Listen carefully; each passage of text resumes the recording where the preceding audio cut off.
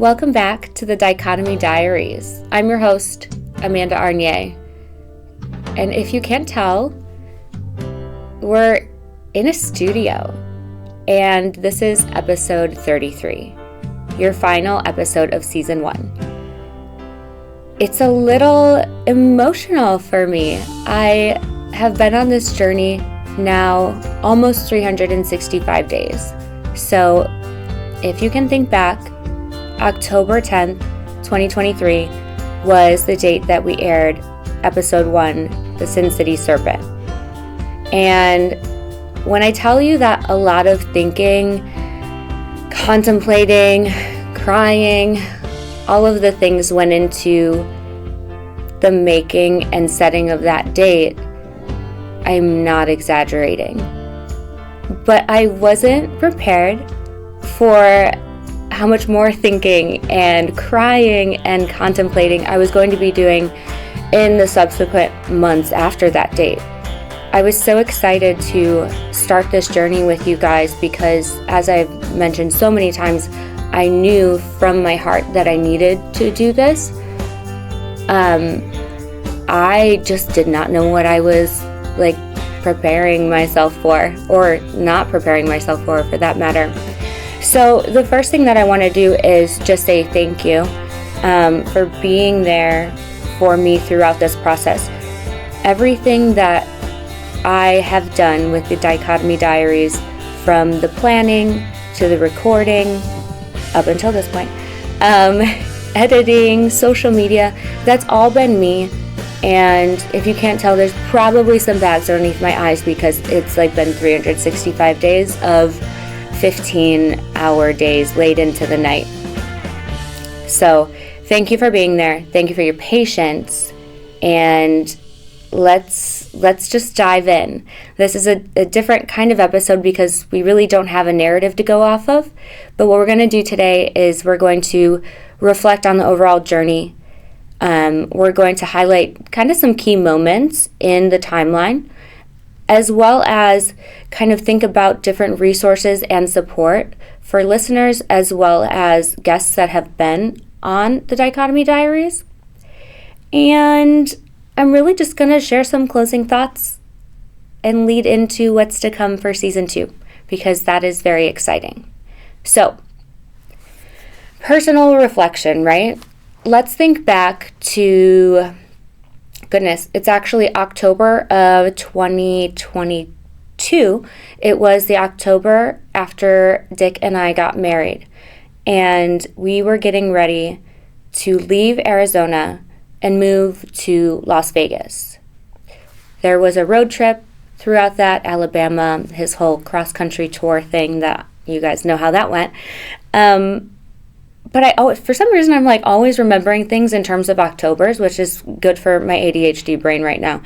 Okay, so it's October 2022, and as you remember, he had abandoned me in August, at the end of August, and he was gone for quite a while. He came back and was only back for a few days, and during the time of his absence, I had basically sold off all of my belongings as far as personal effects go. So furniture, any extras, so bags, jewelry, shoes, I really brought my belongings and my personal affects down to a bare minimum, because I needed to pay our bills, right? He was off gallivanting and playing online slots, supposedly winning so much money, right? But he wasn't sending anything back. This wasn't like he's on an oil rig or, in the military and he's taking care of his family and wife. No, he was out there going shopping at Nordstrom and gambling more and having the time of his life and getting tan, while I was recording those crying videos for you that you saw from last October and selling everything that I've ever owned. So when he returned, there was a moment that I felt things were going to be okay, which is kind of a common theme here.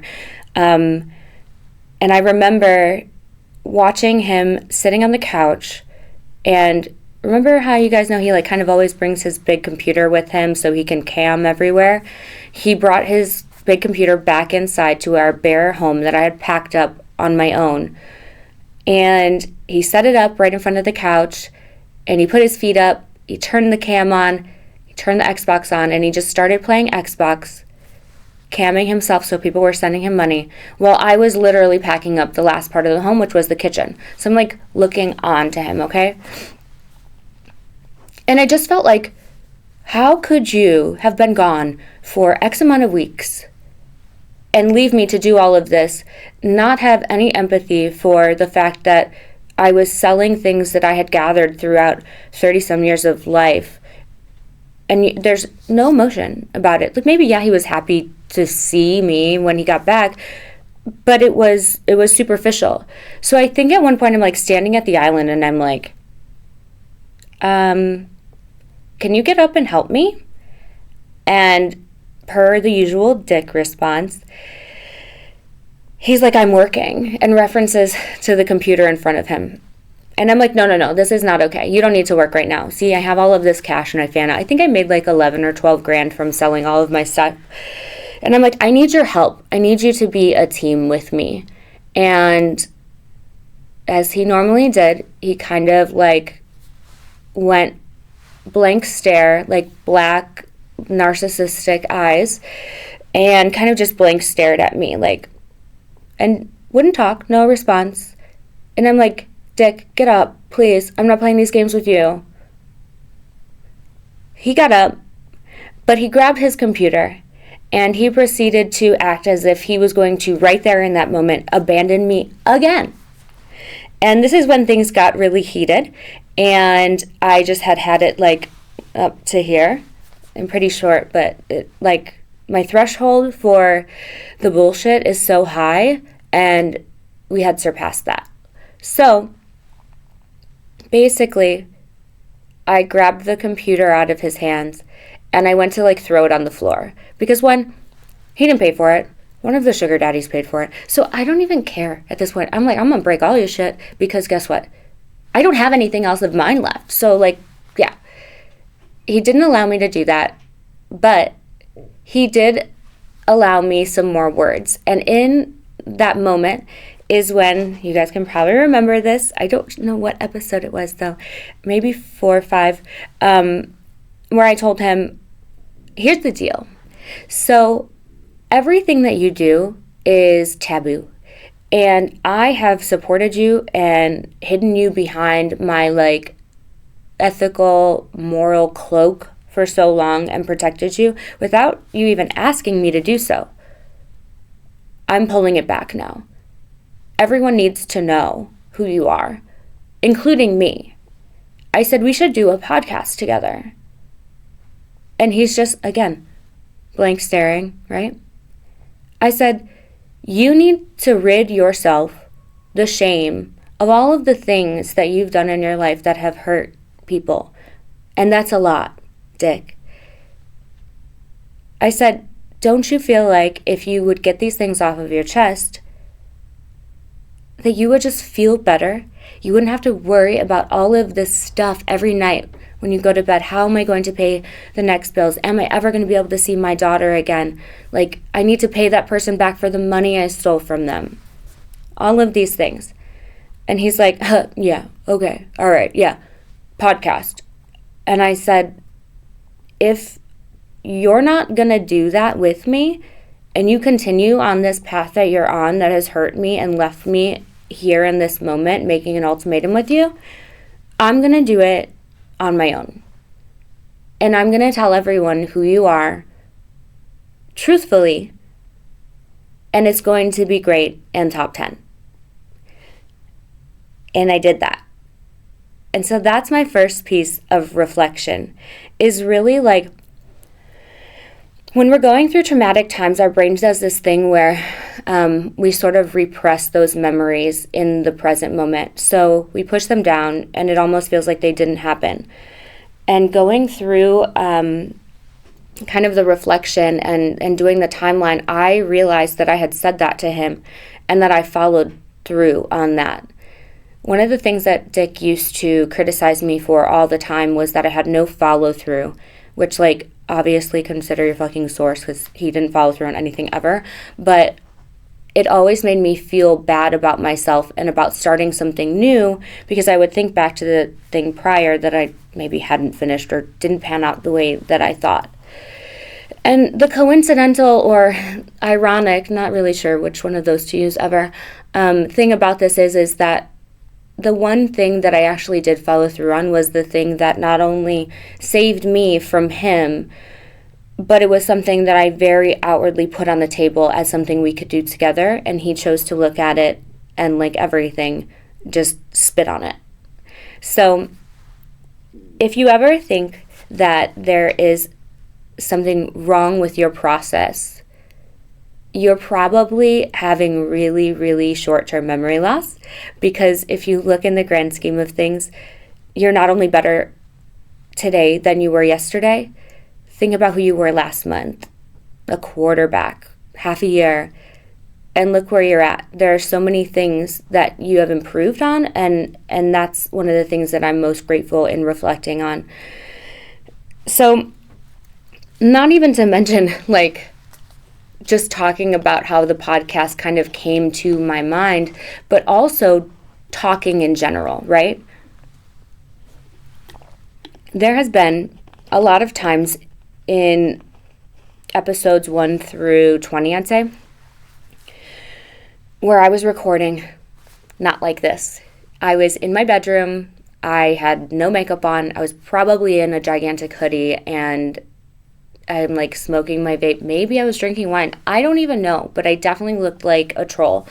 And I would record over and over and over again, because I was so unsure of myself and how things sounded, wanted it to be perfect.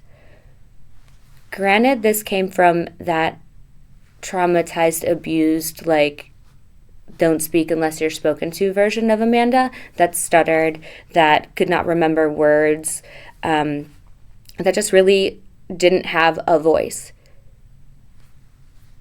Look where I'm at now. I have an outline here, right?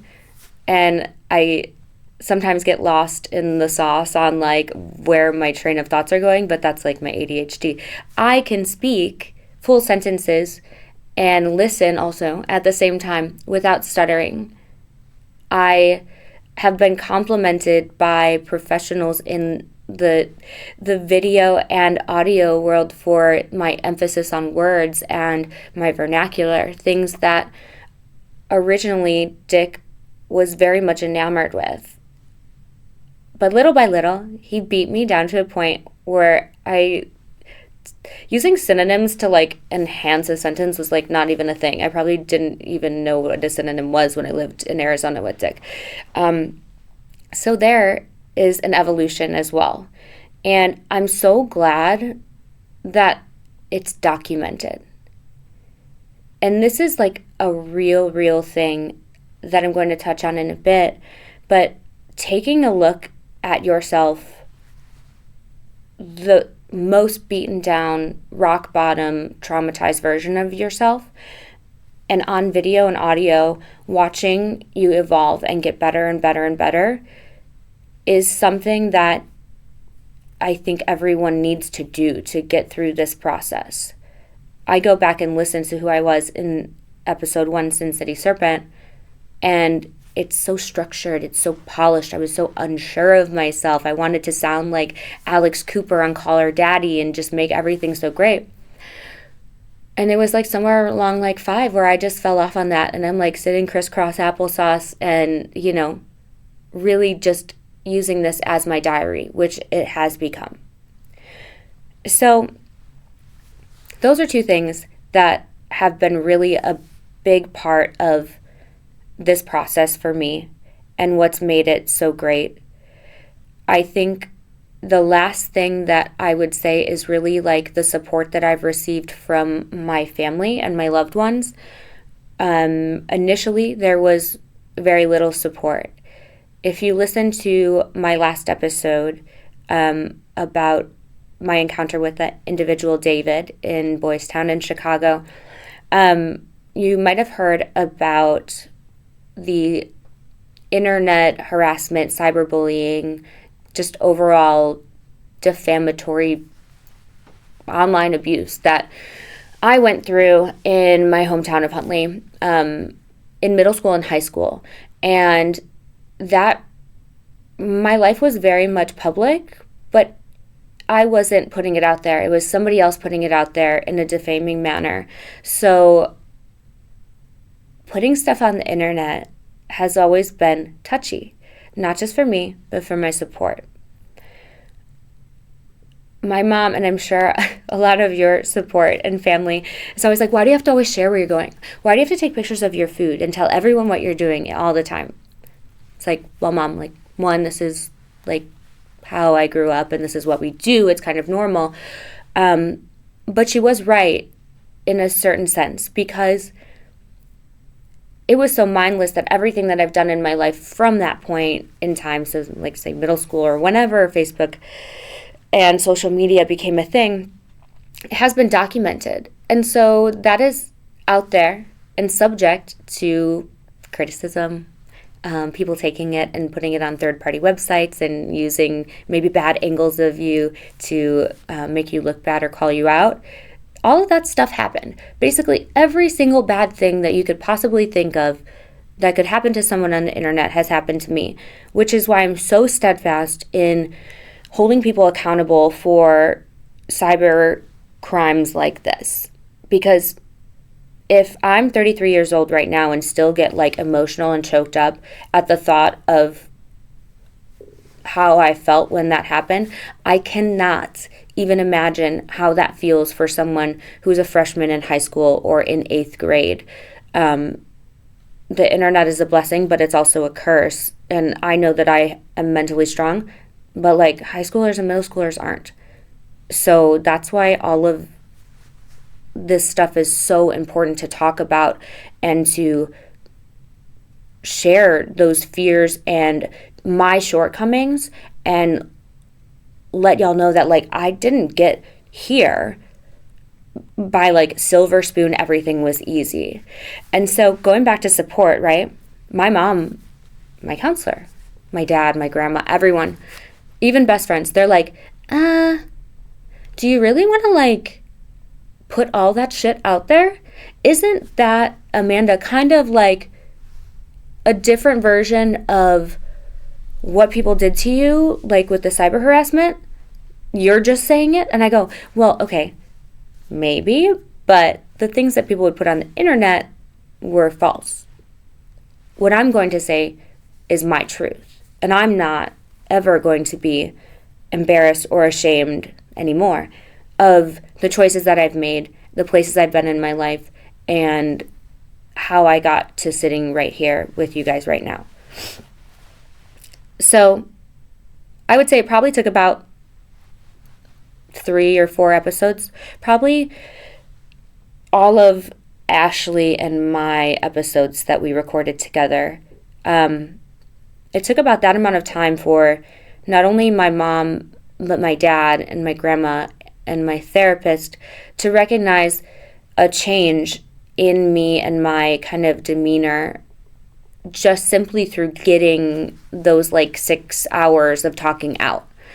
I had drive behind me because I started feeling better.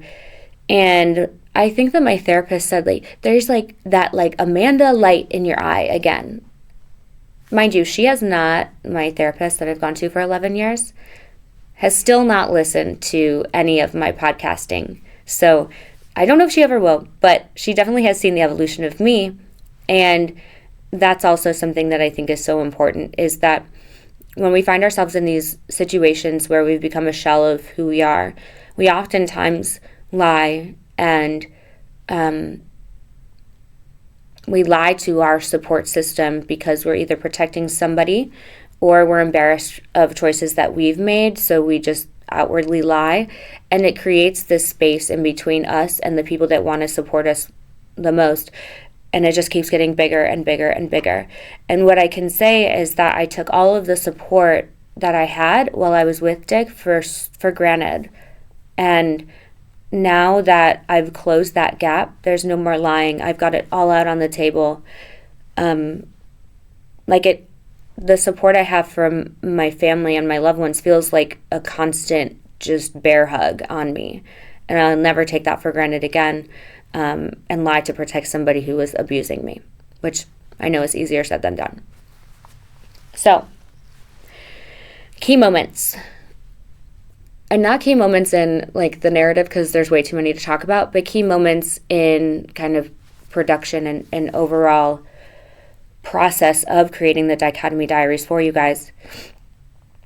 I would say that learning all of everything, like learning the audio stuff and kind of figuring out my canter and like my delivery. Am I going to be more candid with you guys? Am I going to say fuck? Or like, is it going to be super polished? That took a lot, and it really was kind of just like a roll with the flow kind of thing that evolved into what you have now. So that was difficult, but that's something that everybody when podcasting is always worried about, like, how do I speak? And like, it's not like you're writing an exploratory essay. Like you just talk and it becomes easy. Finding my voice and really branding the Dichotomy Diaries as something that is true crime, but also lifestyle, blog, relationship-esque, has been and still is a little bit of a feat. Because I've had a lot of feedback on, I think it was like Facebook mostly, because that's where all of the true crime people live, I guess. But when somebody thinks true crime, the first thing that they think about is murder. And you're like, I guess me too. However, true crime could be arson. It could be theft. It could be all of the things that are a freaking crime. Like, you know what I mean? And definitely stealing years of my life and all of my retirement and like the sparkle in my eye. While it's not punishable by law, there are a lot of things that he did that were criminal that we touch on in the podcast. So in this way, being a scammer, being a swindler, it is true crime. And of course it's lifestyle, of course it's blog, of course it's relationship. I mean, shit, it's like, it's entertainment too. I think that this has been significantly more entertaining than like Secret Lives of Mormon Wives. Like that show, we'll talk about that later in another episode. Anyways, so another key moment throughout this process was getting divorced, right dead smack right in the middle of it, right? On my birthday, February 8th. You guys know it's probably burned into your memory at this point. I was nervous that going through the divorce proceedings on my own, that I guess it for lack of, I don't know, like better terms, is like I did not trust myself that I had enough knowledge to carry that through. And I knew that I could get through all of the paperwork and all of the answers and represent myself pro se from a formality standpoint. But when it came time to think of like, wow, Amanda, you like actually requested a trial. Did you know that? I had no fucking idea how I was going to like get up there as myself, do an opening statement for myself, and like call myself up onto the witness, like the actual part of being in that room alone on this side where I'm on the defendant's side, right? And him sitting over there armed with an attorney who was a female, by the way, was like the worst moment of my life. And it was so fucking humbling. And it made me recall like why lawyers exist. But also it made me feel bad because, and not just bad for myself, like I knew I was like up the creek without a paddle, like from the moment I walked into that courtroom. It made me feel bad for all of the people who didn't go through law school and couldn't even get themselves to that point, right? So part of what this podcast is and has done and kind of transformed into is through me sharing my vulnerabilities and my shortcomings and missteps. I'm showing you guys how it's okay to fuck up and get back up and keep going, because there's so many people out there that have had similar, worse, or more complex with children kind of scenarios that couldn't possibly even think about filing an answer to a divorce summons, let alone requesting a trial, subpoenaing, 25 banks and sugar daddies, getting all the bank records, writing the narrative, all the things that I did correctly, I might add.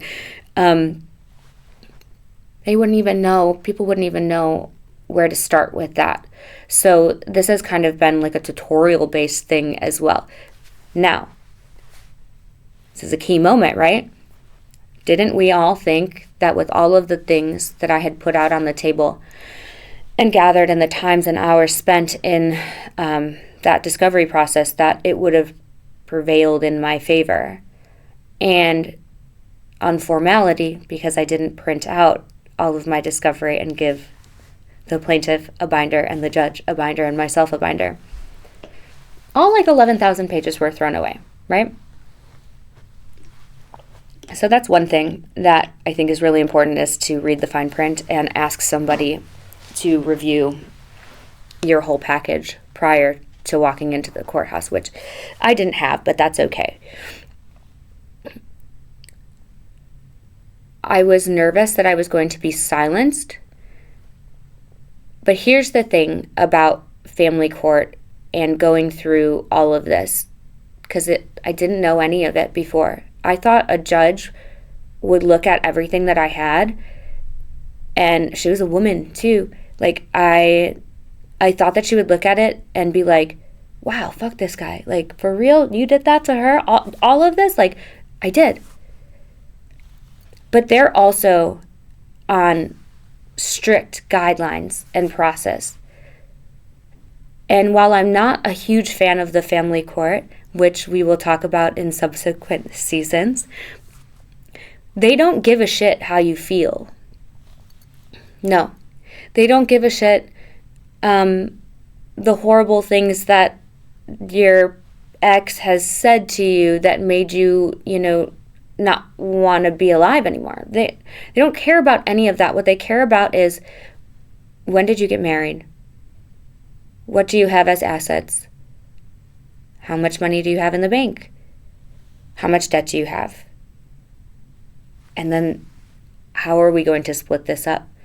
There is no feelings involved in anything. Nothing. It's all about process. It's all about data and showing that data correctly, presenting it, submitting it in the right way. So I think that when a lot of people, myself included, thought about going to court, it was really like a justice seeking, like, yeah, we're gonna get this. Doesn't matter. Everything you see on TV that has to do with feelings and opening statements and emotion in a courtroom, it's all criminal court, guys. All criminal court. So it begs the question, right? Like, is there something criminal that can be done here? Yes. Do I want to go that route? Is it worth my time and energy? I don't know. I really like a challenge and a fight. But I just think that a lot of my listeners have reached out and they've asked me about sharing their story. A lot of it has to do with very similar things that I experienced with Dick, but also there's kids involved, and that will forever live in the family court. I think that it's important to tell you guys from this key moment, right, is that document literally every single thing that happens. If you're having conversations with your children about their time at their father's, and there's things that you question, or there's things that they say that maybe you won't be able to recall offhand, record the damn conversations with your kids.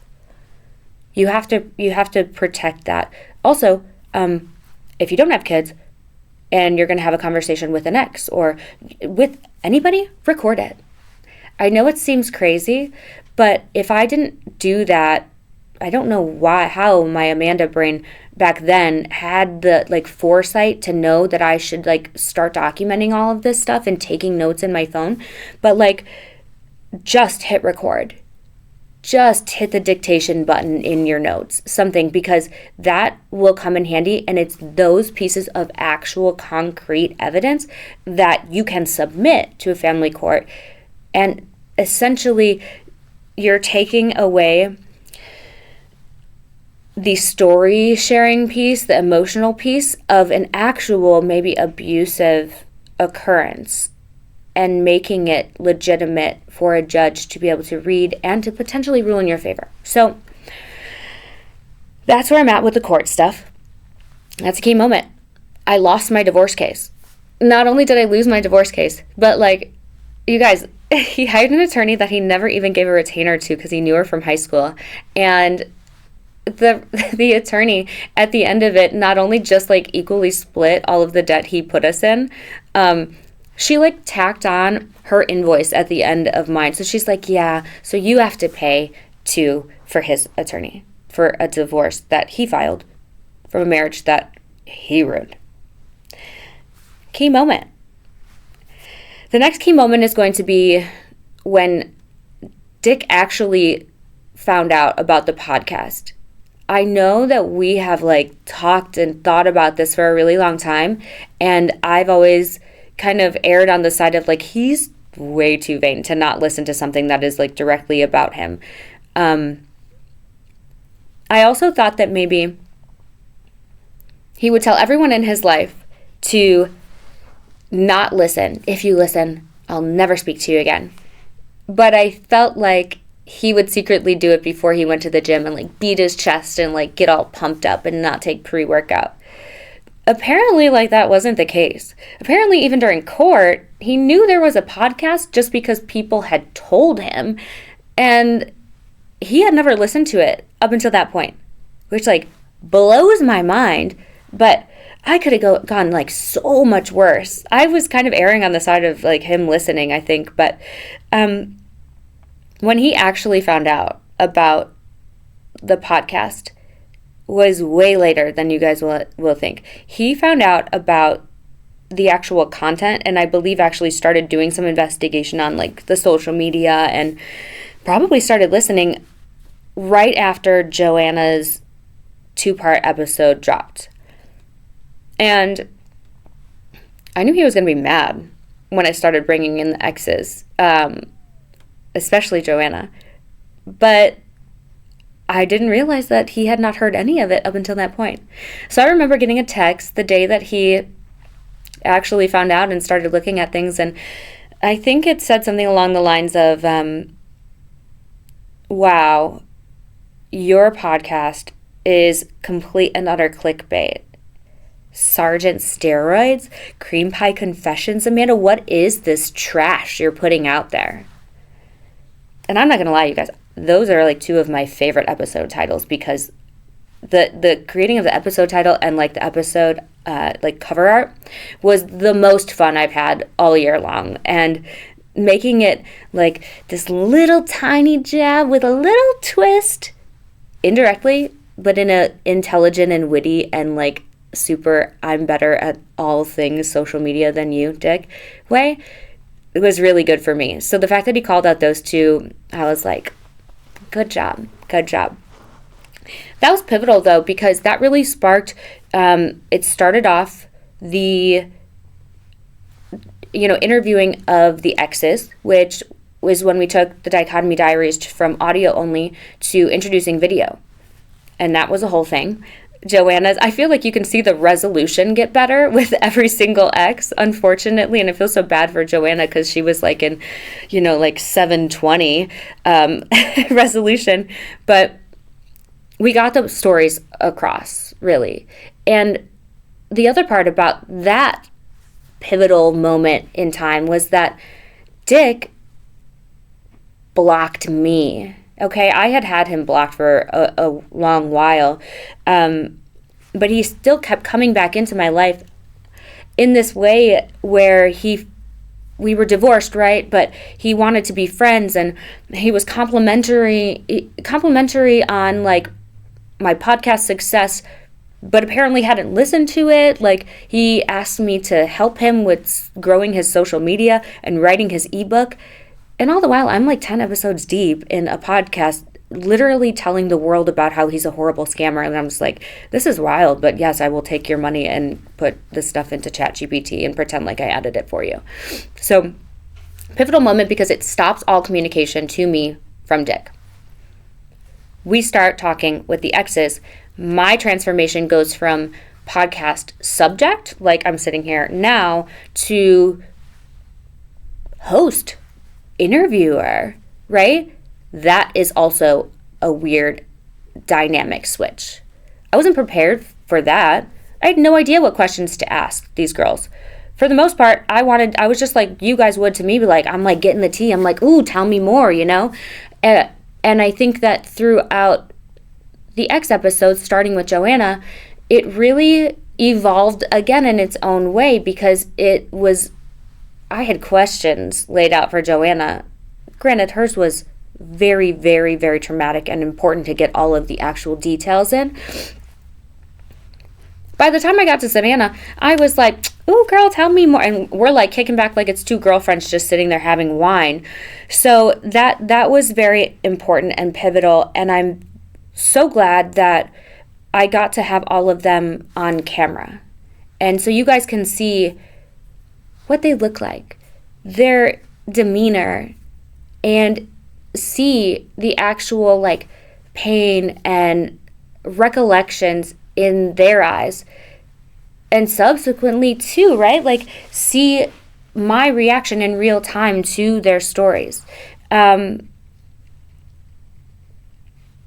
The other victim stories, the other exes stories I've never said that any of them are worse than mine or than the other. I will say that Joanna's being the first one was pivotal. And I've since learned some things about topics in Joanna's episode. So Joanna was the ex that probably for the first time ever held Dick accountable for his actions by calling the police when he attempted to strangle her and put him in jail and gave him what he has now as a violent felony. I learned this crazy statistic about domestic violence, specifically pertaining to strangulation.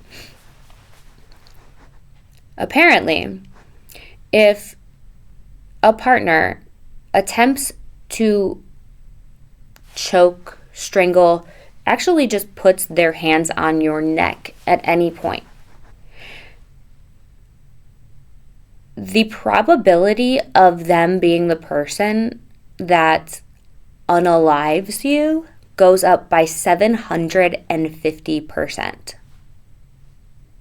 Like, what? Think about that.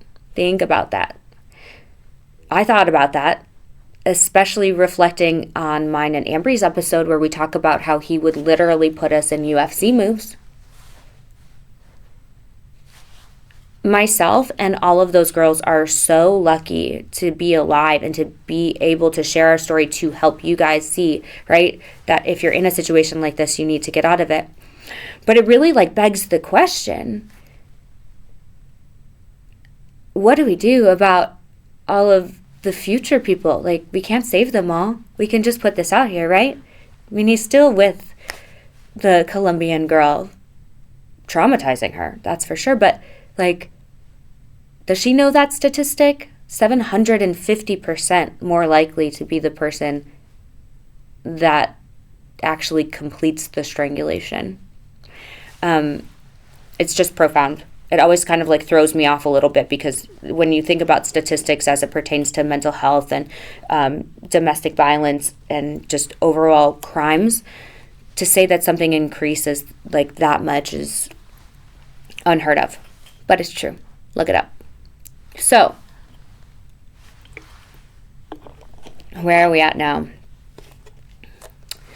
I think that,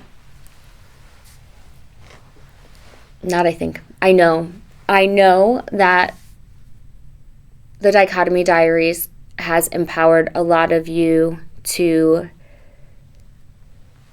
start unpacking things that have happened to you in the past and maybe you swept under the rug. It's easy to disassociate when we're in trauma, because it's kind of like a turtle going into its shell, or an armadillo rolling up into a ball of armor. It's our fight or flight response, is to take all of the pain and the emotions that we feel when we're being abused and repress them and put on this happy face. And when you do that over and over again, that becomes kind of your automatic response to everything. It is incredibly difficult to recognize that, one, you are doing that, and two, to start digging up all of those things that have been swept under the rug and pushed down, because you relive all of it in almost exactly the same way. You have physical manifestations of anxiety. You will feel like you're back in those moments, but truly that's the only way that we break through.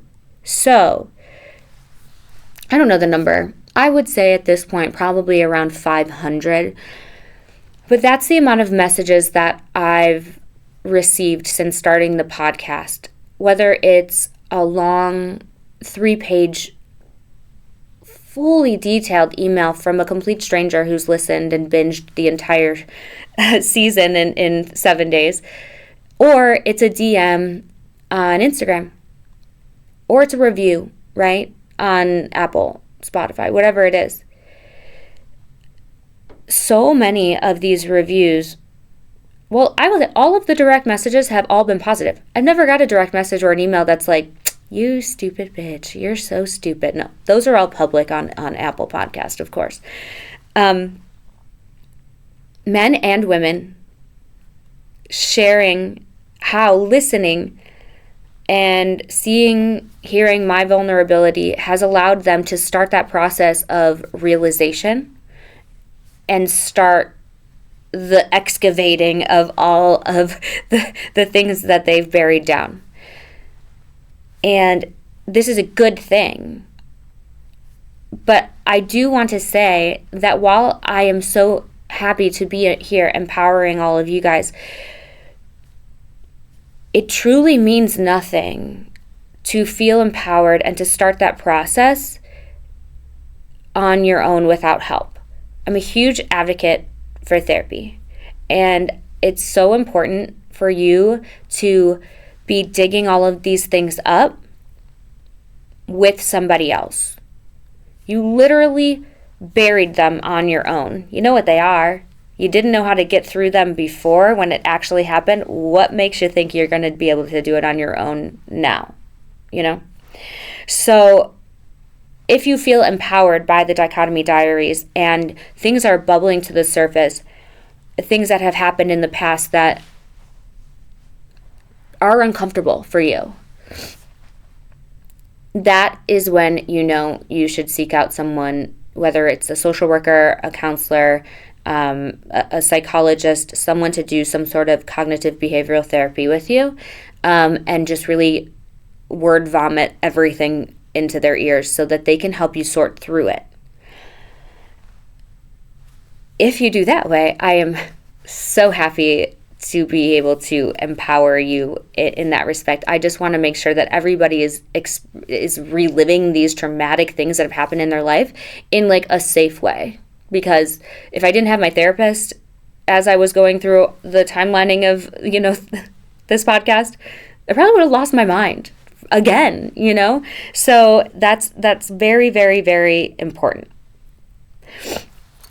Now, to the men and women that have made submissions to tell their story on the Dichotomy Diaries, I'm so happy to be able to give you a seat next to me and a mic and to really help you get all of these things off your chest. But you guys, oh my gosh, I have to say, like, hearing some of the story submissions has, like, sent me has like put me in a weird place. I've had like interviews for submissions for season 2 over the course of the last like 2 or 3 months. And like I'll get off the phone or off the video call fully knowing that the person I just had an interview with is still actively in the situation that they want to talk about with me. And I can see the pain in their face and the desperation. And I want to be able to give you guys a platform to do this. I do. But safety, again, is like my number one concern. And so if you are thinking about talking and opening up and just getting all of the shame out, I really, really want to emphasize the importance of getting out of that situation before you do so, because it really does put you at an increased risk to be sneaking away and spilling all of the tea behind your abuser's back. I mean, like so I needed to say that, because there's been a few interviews where I was like, wait a minute, did he just say that he's still living with her? Because she's going to find out. Like, and I just felt so uncomfortable. So that's something that is very important. But again, here to empower you guys all to feel great about sharing your truth, to get it all out, to feel weightless. It really does feel like a gigantic elephant is just coming off of your shoulders every single time you share more and more. And my hope really for the future of the podcast is to really kind of be like a shepherd to carry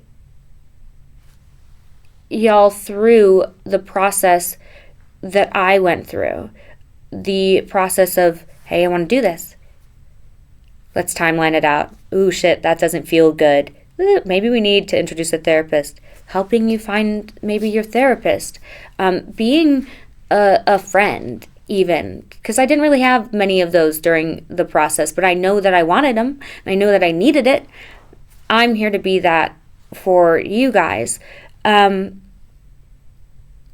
really, like, just give you guys a platform. Be the shepherd towards healing.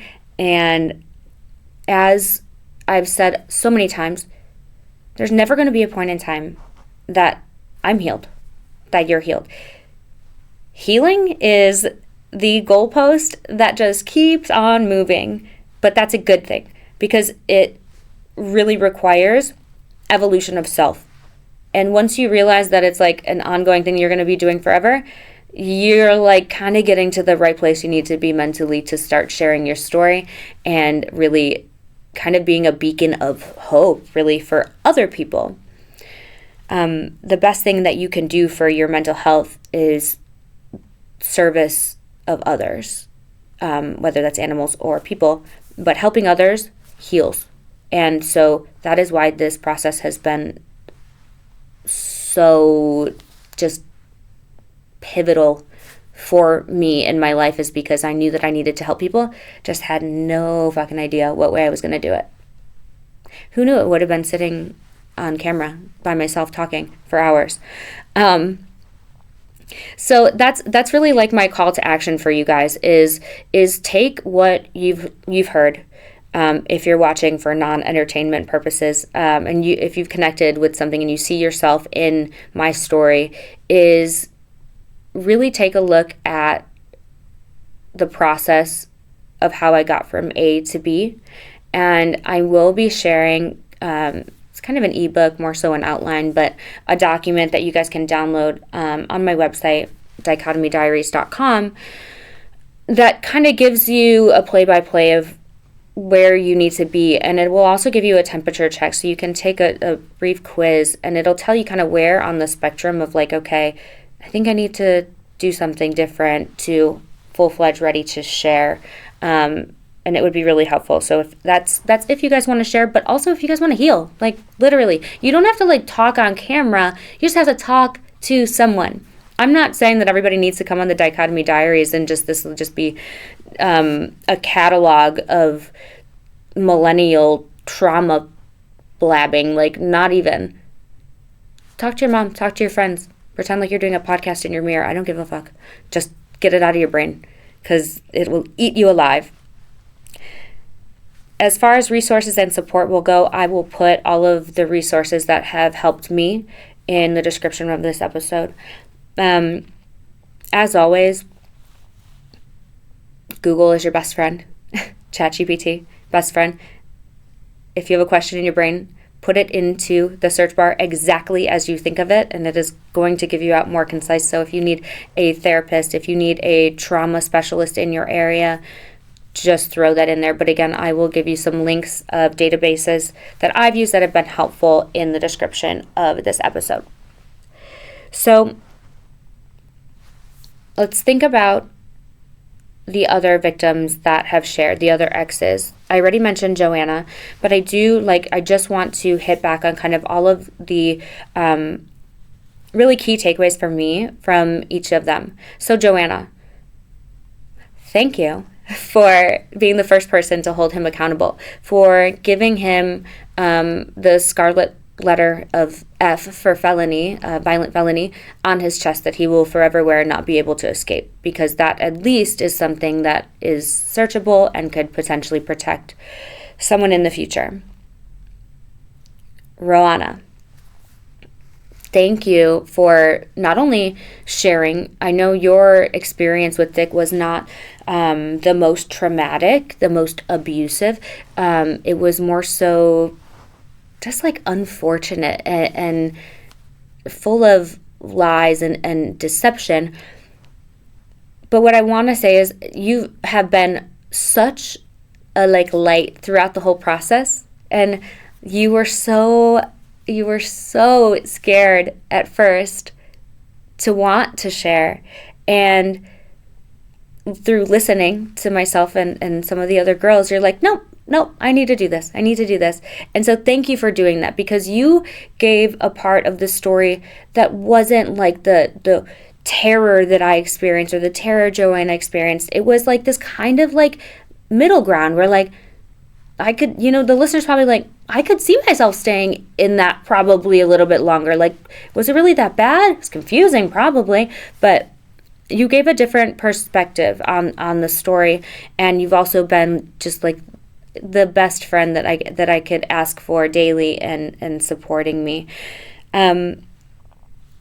Kylie, you gave a unique perspective because it really started to emphasize the patterns that Dick has when he finds a new host as a parasite host.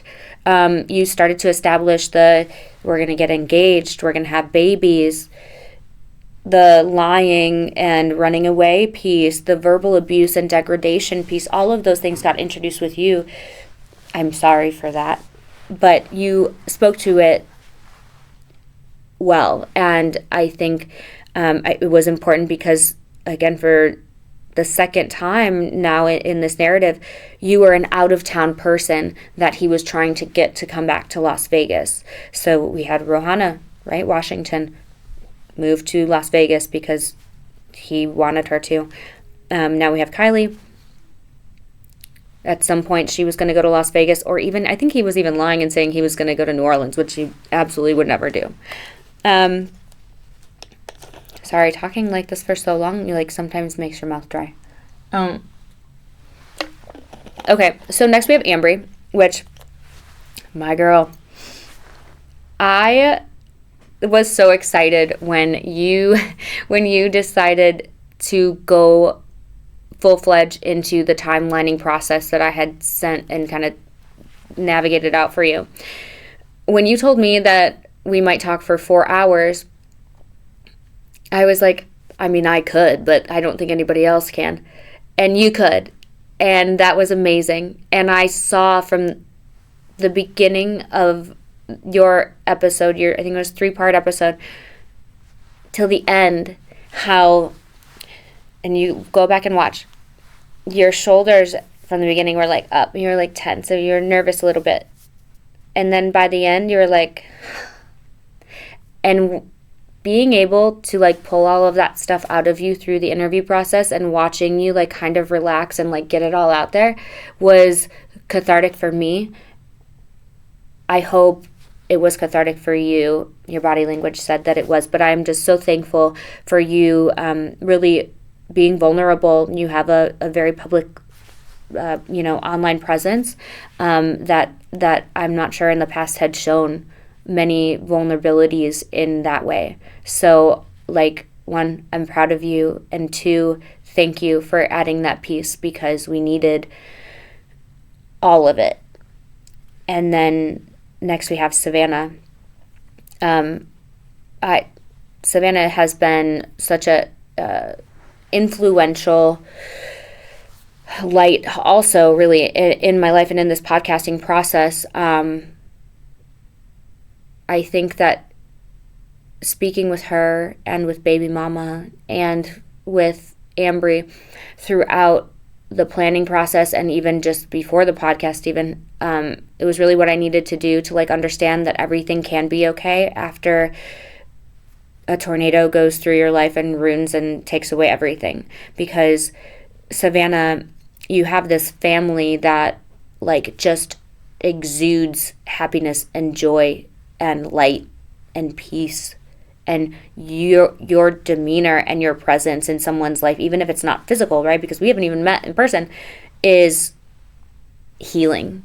And understanding from the listener and from my perspective what you went through as a girlfriend, as a manipulated fiance, we went through so many of the same things, the moving, the losing all of our money, the, hey, quit your job, I'm going to take care of you. Oh, wait, why don't you have a job, you stupid bitch, lazy? Those are all things that we can relate to each other. But then like the listeners listening and they're like, oh, he just told me that I can quit my job, he'll take care of me. I probably shouldn't quit my job. Like we're leaving these breadcrumbs for the listeners. And it was amazing for me throughout all of you exes, okay? Every single one from Joanna to Savannah, I felt more and more validated in my experience that what I remember happening actually fucking happened.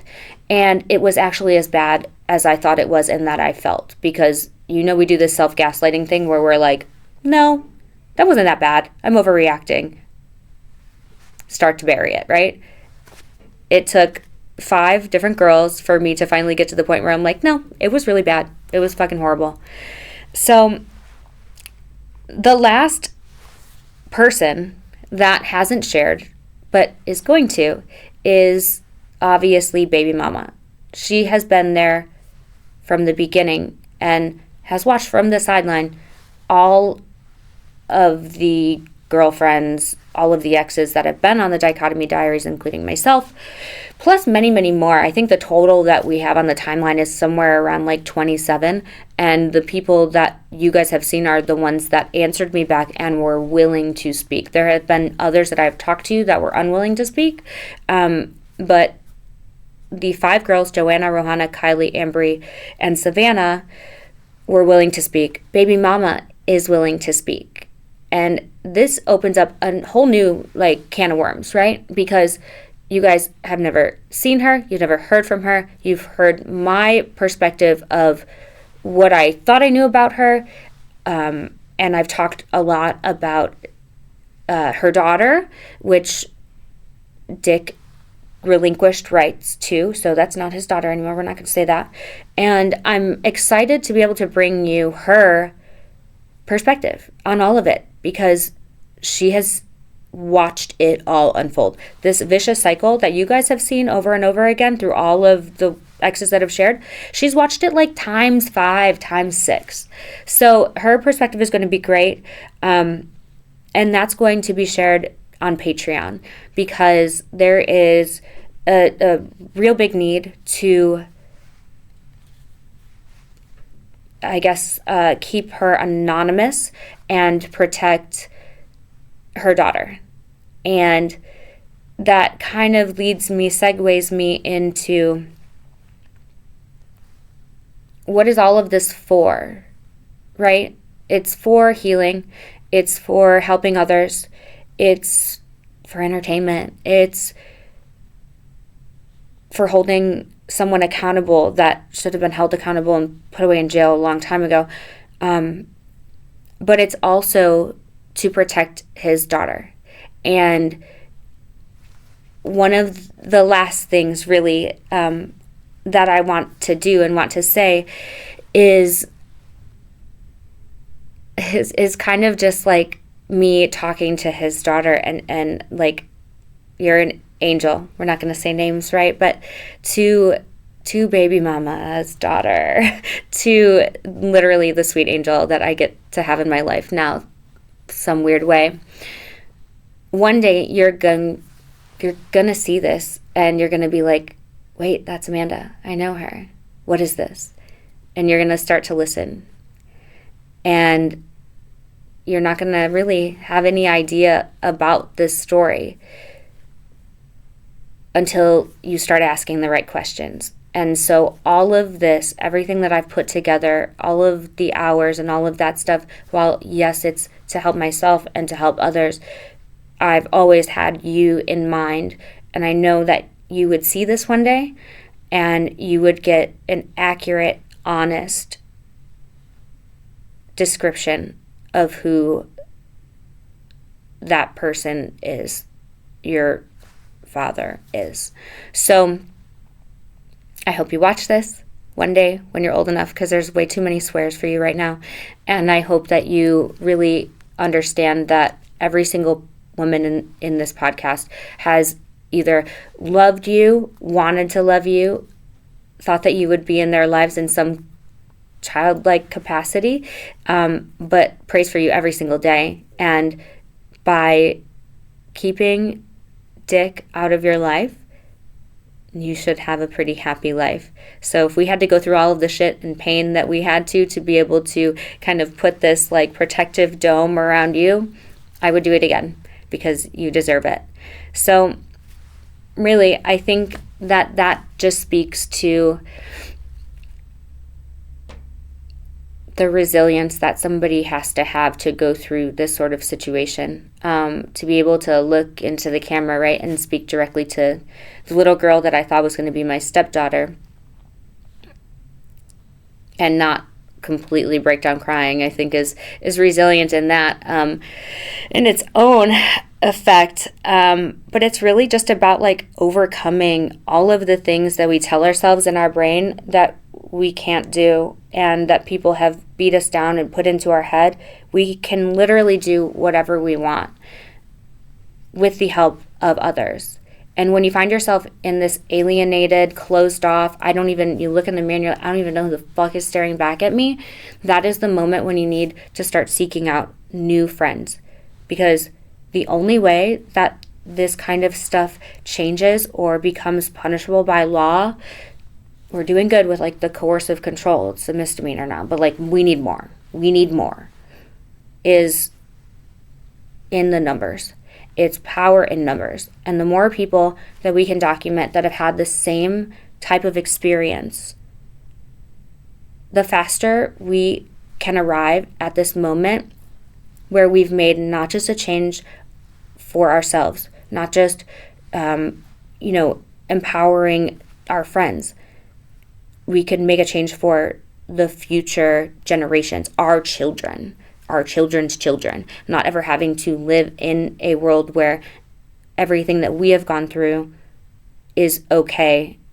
And so these future baby girls and boys never have to feel like, I don't know what to do, I've lost myself, and this is what I deserve. Because no one deserves to be hijacked emotionally, spiritually, mentally, financially, physically. No one deserves any of that. Each one of us is our own individual. And I'll say something, this is a good thing to end on actually. My boyfriend, yeah, I have one of those these days. It's crazy. He's the most not social media person of all time, so you guys will never know his name or what his face looks like.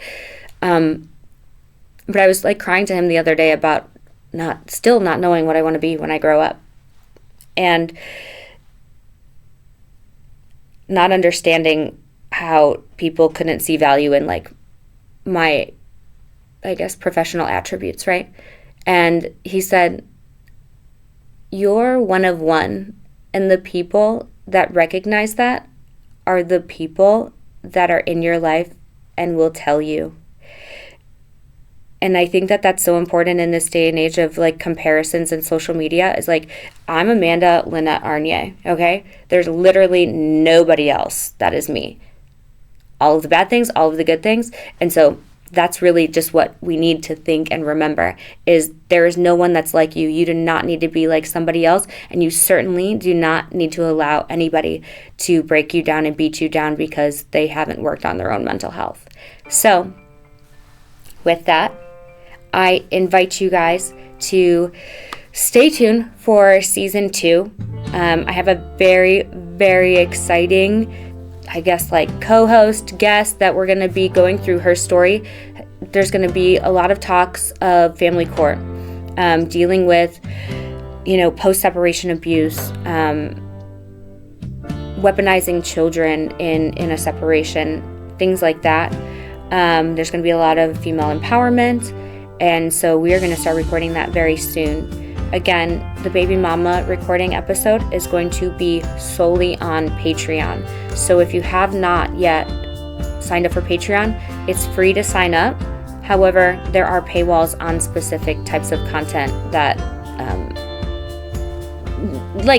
basically like other whole podcast episodes, recordings, photos, video, timeline, all of that thing that I kind of want to keep separate from the public eye. That is on Patreon.